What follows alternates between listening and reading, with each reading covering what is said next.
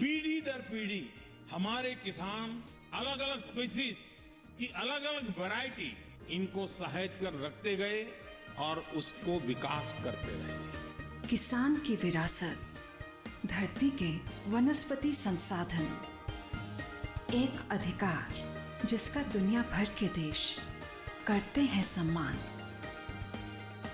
आज भारत उन अधिकारों को दे रहा है नए मुकाम, ताकि और बढ़े किसानों की वंशागत किस्मों की पहचान का अभियान।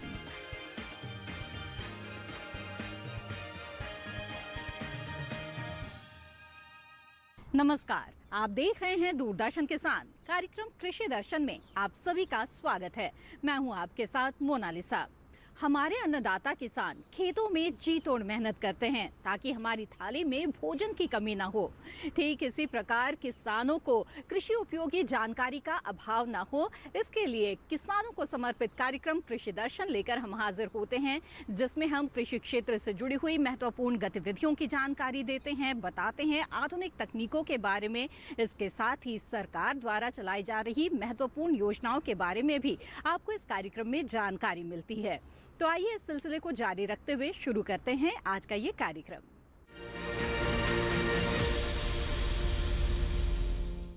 भारतीय कृषि अनुसंधान परिषद के सहायक महानिदेशक डॉक्टर डीके यादव ने हमें खरीफ फसलों के बीज के बारे में कुछ बेहद ही महत्वपूर्ण जानकारियां दी।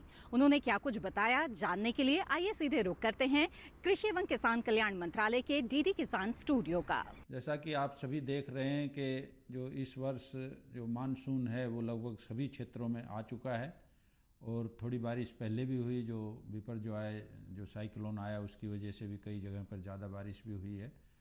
तो अभी समय है कि जो धान की रुपाई ज़्यादातर जगह पे शुरू हो गई है, तो उसमें तो किसान भाइयों ने बीज की व्यवस्था पहले कर ली है। लेकिन जो बाकी फसलें हैं अभी, जैसे हमारा जो श्री अन्न की जितनी भी फसलें हैं, आप ज्वार की बात करें, बाजरे की बात करें, रागी की बात करें, कुटकी, चना, जितनी भी फसलें हैं जो 8-9, उनकी बिजाई का भी समय आमतौर पर जो जून के अंत में या जुलाई में हम शुरू करते हैं। ऐसे ही जो दलहनी फसलें हैं, सोयाबीन है, मूंग बीन है, तो इन फसलों का भी जो अभी उड़द बीन है, इनका उचित समय है।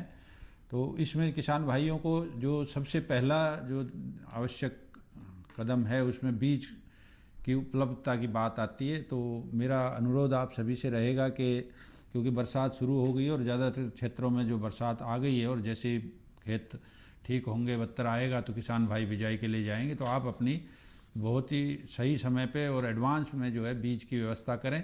और बीज खरीदते समय आप ध्यान ये रखें कि जो भी किस्म आप खरीद रहे हैं वो आपके जो क्षेत्र के लिए अनुमोदित किस्म हो, और ये नहीं कि भाई कहीं बिहार की किस्म कोई हरियाणा में लगाता है या कोई राजस्थान की किस्म जाके बिहार में या उत्तर प्रदेश के पूर्वी क्षेत्र में लगाते हैं। तो आमतौर पर जो किस्मों का विकास, जैसे कि आप सभी हम बार बार बताते रहते हैं, वो क्षेत्रवार और जोन वाइज होता है। तो वो उनकी जो परफॉर्मेंस है, पैदावार, वो उसी जोन में आती है, न कि आप कहीं भी जहाँ लगाएंगे तो वो उसके वातावरण, उसके मौसमी परिस्थितियाँ उसके लिए अच्छी नहीं होती और किसान भाइयों को कई बार नुकसान उठाना पड़ता है।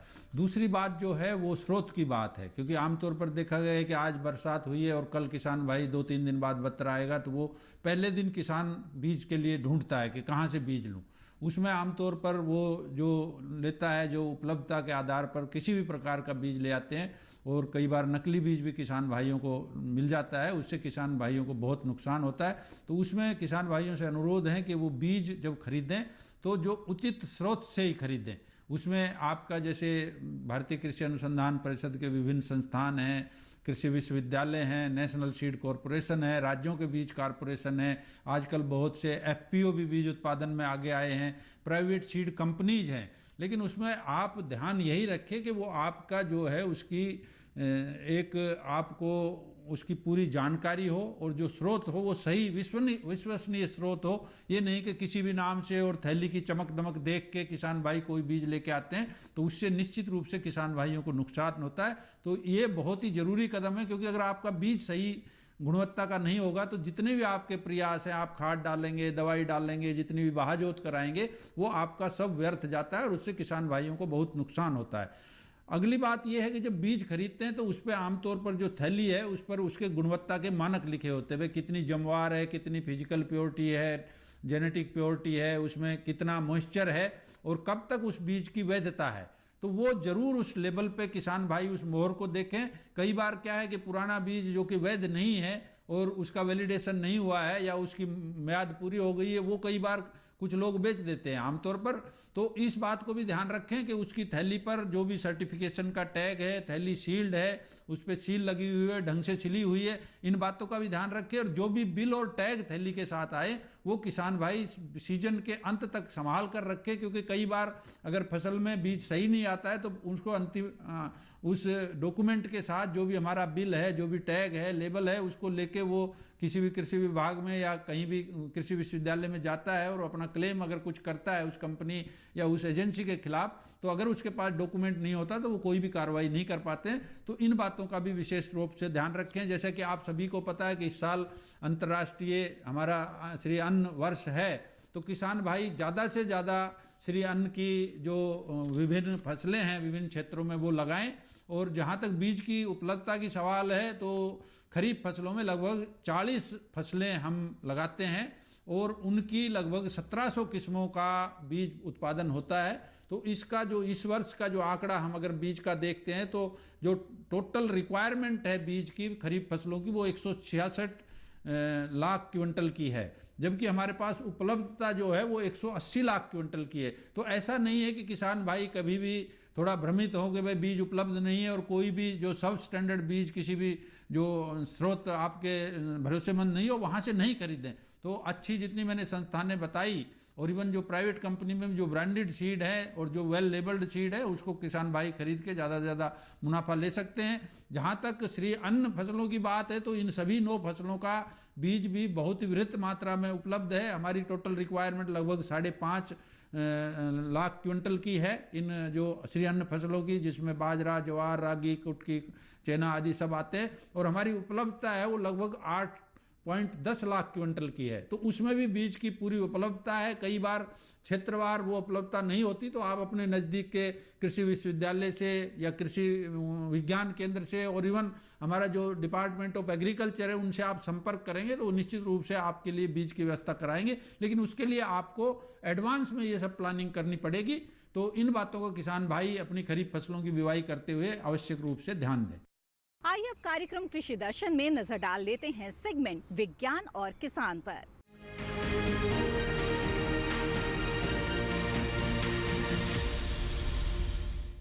सरकार के 9 साल पूरे होने के उपलक्ष्य में भारत सरकार के पशुपालन और डेयरी विभाग की प्रमुख उपलब्धियों और कार्यों के बारे में केंद्रीय मंत्री श्री परषोत्तम रुपाला ने नेशनल मीडिया सेंटर में मीडिया को अहम जानकारी दी। उन्होंने क्या कुछ बताया, आइए देखते हैं। सबसे पहली बात, प्रधानमंत्री जी ने इस विभाग की ज़रूरत को जानते हुए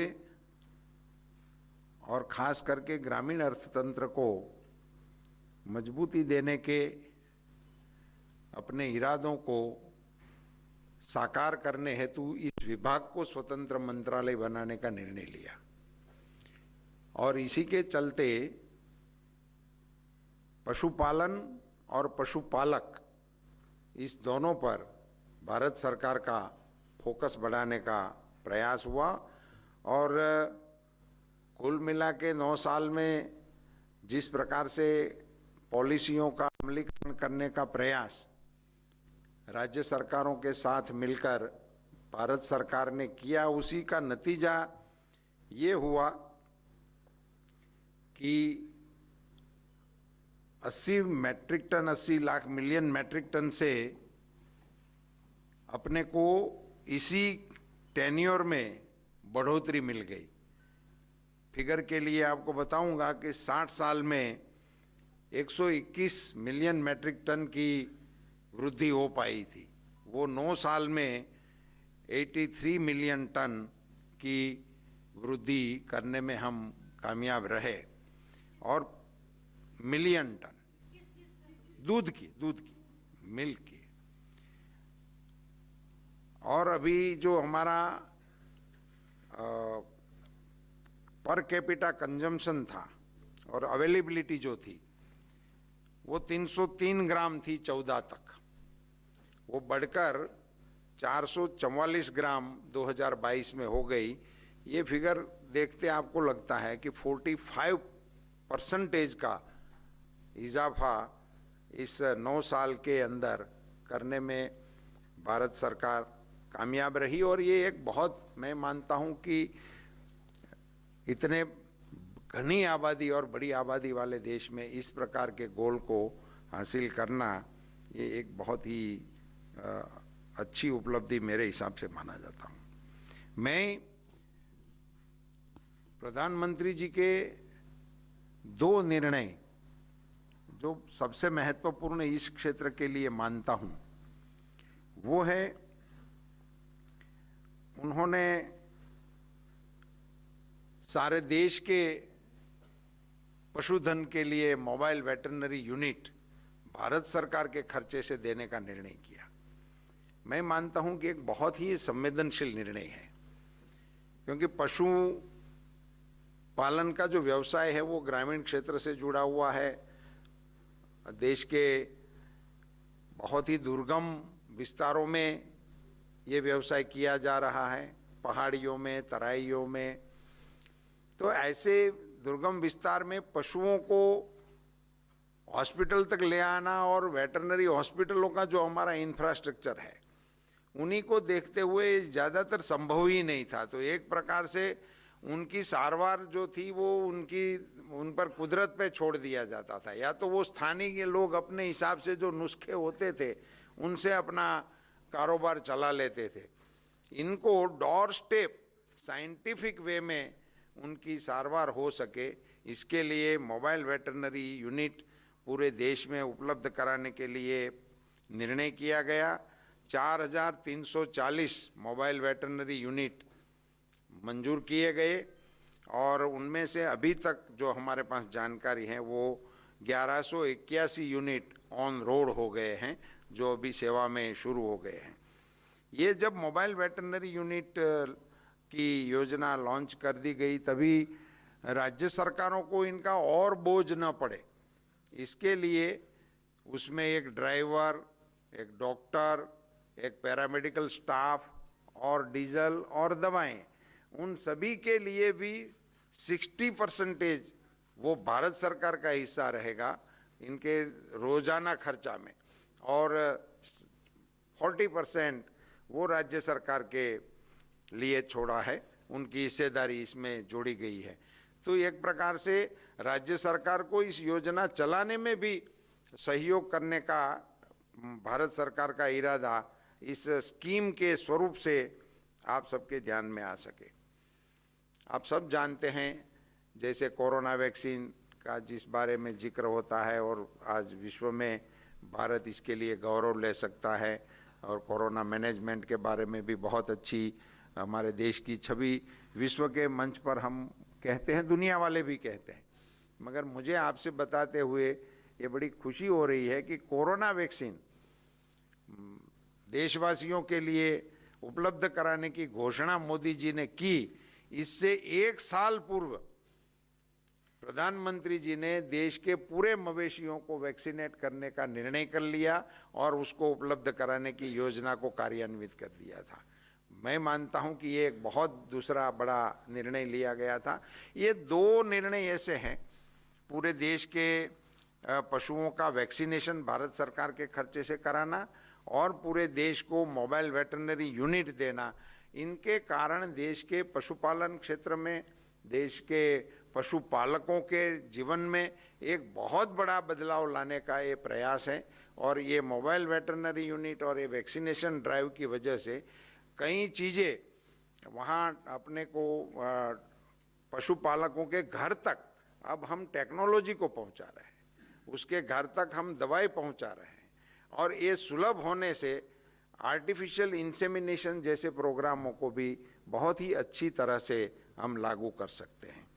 ब्रीड इम्प्रूवमेंट का एक बहुत बड़ा कार्यक्रम हमारे प्रधानमंत्री जी के दिशा निर्देश में हमारे विभाग से लिया गया, और इसी को आगे बढ़ाते हुए इससे और भी एक निर्णय बहुत ही हमारे विभाग के लिए मैं मानता हूं कि अहम है, वो है किसान क्रेडिट कार्ड का।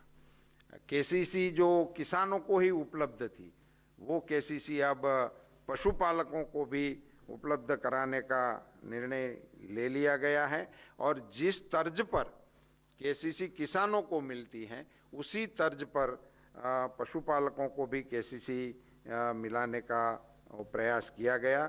और अभी तक 27 लाख केसीसी कार्ड पशुपालकों को उपलब्ध कराए गए हैं। आईवीएफ एक ऐसी टेक्नोलॉजी है जिसके चलते ब्रीड इम्प्रूवमेंट के कार्यक्रम में वैज्ञानिक पद्धति में आप समझने की कोशिश करें तो 7 पीढ़ी लगती, तभी जाके उनके आनुवंशिक सुधार जो हम लाना चाहते हैं वो ला सकते हैं। इसी को इस टेक्नोलॉजी के जरिए हम एक ही पीढ़ी में उनको लाने में कामयाब रहते हैं। उसको लागू करने के लिए पूरे देश में 33 जितनी लेबोरेटरी भारत सरकार के खर्चे से हमने मंजूर कर दी गई हैं। उसमें से हमारी जानकारी के मुताबिक 20 लेबोरेटरियाँ अभी कार्यरत भी हो गई हैं। ये आईवीएफ और एआई के साथ साथ सेक्स सॉर्टेड सीमेन का भी प्रयोग पशुपालकों में अच्छी तरह से हम कर सके, इसके लिए भी बहुत ही अच्छा प्रयास और कार्यक्रम हम चला रहे हैं। और पशुपालन के साथ साथ जैसे डेयरी का हमारा एक बहुत बड़ा कार्यक्रम भी चल रहा है, और आप सब जानते हैं कि डेयरी के क्षेत्र में हमारा देश बहुत ही आगे भी है, क्योंकि हम विश्व में सबसे ज़्यादा दूध उत्पादन करने वाले देश हैं। और अपने यहाँ कोऑपरेटिव सेक्टर के माध्यम से डेयरी प्रसंस्करण में हम वर्ल्ड में बहुत ही अच्छी तरह से अपना प्रदर्शन अभी कर रहे हैं। और इनको मदद करने के लिए, इनको समर्थन करने के लिए और इनका व्याप बढ़ाने के लिए भी डेयरी कंपोनेंट में हम भारत सरकार की कई योजनाओं से ग्रामीण क्षेत्र में हम इनको मदद कर रहे हैं। इसी के साथ कार्यक्रम कृषि दर्शन में वक्त हो गया है एक छोटे से ब्रेक का। ब्रेक के बाद सरकार द्वारा चलाई जा रही महत्वपूर्ण योजना के बारे में आपको बताएंगे अगले सेगमेंट फार्मिंग इंडिया में। आप बने रहें दूरदर्शन किसान पर।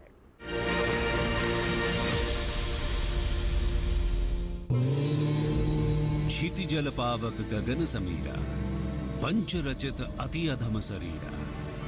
अर्थात पंच तत्वों से बना व्यक्ति, पंच तत्वों में समाई सृष्टि और हमारा पर्यावरण। बीते कुछ वर्षों में वैश्विक चिंता का मुद्दा बन गए पर्यावरण को बचाने के लिए पूरी दुनिया में आवाजें उठी। लेकिन पर्यावरण के संरक्षण को मिशन के तौर पर अपनाने वाला पहला देश बना भारत। 1 नवंबर 2021 यही वो तारीख है जब ग्लासगो में माननीय प्रधानमंत्री श्री नरेंद्र मोदी की पहल पर शुरू हुआ lifestyle for environment. Climate change में लाइफस्टाइल की एक बहुत बड़ी भूमिका है। आज जरूरत है कि हम सभी लोग एक साथ आकर लाइफस्टाइल फॉर एनवायरनमेंट यानी लाइफ को एक अभियान की तरह आगे बढ़ाएं। लाइफ सिर्फ मिशन नहीं बल्कि जन आंदोलन है। जल, जंगल और जमीन के बेलगाम दोहन के खिलाफ राष्ट्रीय स्तर पर प्रतिबद्ध लोगों का पर्यावरण संरक्षण के लिए अभियान। एक ऐसी जीवन शैली को जीने की आदत जिसमें पर्यावरण से मित्रता का भाव हो, न कि नुकसान पहुंचाने की नीयत। क्लाइमेट चेंज को ध्यान में रखते हुए स्वस्थ और टिकाऊ जीवन पद्धति है लाइफ का आधार। मिशन लाइफ का मंत्र है लाइफस्टाइल फॉर एनवायरनमेंट। केंद्रीय कृषि और किसान कल्याण मंत्रालय मिशन लाइफ के जरिए पर्यावरण को दे रहा है नई संजीवनी, और इसीलिए चलाए जा रहे हैं कई कार्यक्रम ताकि हरी भरी रहे वसुंधरा। मिट्टी की उर्वरता को पोषण के हिसाब से बरकरार रखना, कृषि में ड्रोन एप्लीकेशन के इस्तेमाल के फायदे और इसके तरीके का प्रदर्शन, जलवायु के हिसाब से फसल, बीज और विविधता यानी स्मार्ट एग्रीकल्चर को बढ़ावा, रेन वाटर हार्वेस्टिंग, वर्षा जल संचयन को लेकर जागरूकता, बायोगैस और कंपोस्ट यानी वेस्ट से वेल्थ, कबाड़ से समृद्धि के उपाय, टिकाऊ पैदावार और खपत के तरीके। हर वर्ष की तरह इस वर्ष भी 5 जून यानी विश्व पर्यावरण दिवस बेहद खास रहा और इस मौके पर मंत्रालय द्वारा विभिन्न कार्यक्रम आयोजित किए गए। पर्यावरण को बचाने के लिए मंत्रालय सतत प्रयासरत है। अलग अलग योजनाएं इसी की हैं झलक, जैसे इंटीग्रेटेड पेस्ट मैनेजमेंट का असरदार अमल, यानी खेती को नुकसान पहुंचाने वाले कीटों, जीवों और बीमारियों से फसलों की रक्षा, किसानों को परिस्थिति के अनुकूल टिकाऊ कीट प्रबंधन अपनाने के लिए प्रेरित करना ताकि रासायनिक उर्वरकों पर निर्भरता खत्म हो, एकीकृत न्यूट्रिएंट प्रबंधन यानी जिससे मिट्टी की उर्वरता बढ़े, साथ ही पैदावार में बढ़ोतरी हो, जैव उर्वरकों के इस्तेमाल से पैदावार की पोषकता बढ़ाने पर जोर ताकि पर्यावरण भी रासायनिक खादों से प्रभावित न हो और मिट्टी की उर्वरता भी बनी रहे। नेचुरल और ऑर्गेनिक खेती यानी प्राकृतिक और जैविक कृषि को बढ़ावा योजना का खास अंग है। प्राकृतिक खेती प्रबंधन इसलिए है एक महत्वपूर्ण मिशन। पर ड्रॉप मोर क्रॉप, पानी की एक एक बूंद पैदावार बढ़ाने में काम आए, यही लक्ष्य है प्रधानमंत्री कृषि सिंचाई योजना का, जिसका फोकस माइक्रो इरिगेशन पर है, क्योंकि जल बचेगा तो हमारा कल बचेगा। मंत्रालय का एक ध्येय, पर्यावरण का बचाव सर्वप्रथम उद्देश्य, और यही है मिशन लाइफ का पैगाम। पर्यावरण रक्षा पहला काम, मिशन लाइफ। आइए प्रकृति की मुस्कुराहट को लौटाएं।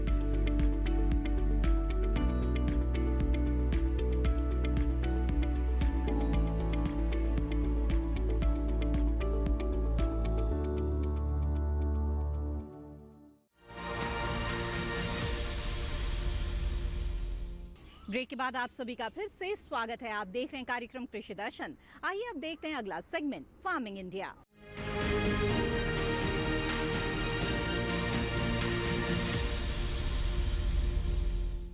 किसानों को उनकी फसलों का वाजिब दाम दिलाने के लिए एक बेहद ही महत्वाकांक्षी योजना ई-नैम यानी कि राष्ट्रीय कृषि बाजार चलाई जा रही है, जो किसानों को एक डिजिटल प्लेटफॉर्म मुहैया कराता है, जिसमें उन्हें आसपास की मंडियों में कृषि जिंसों के भाव के बारे में सटीक जानकारी मिल जाती है और वो तय कर सकते हैं कि उन्हें अपने कृषि जिंस कहाँ बेचने हैं। आइए विस्तार से जानते हैं राष्ट्रीय कृषि बाजार के बारे में।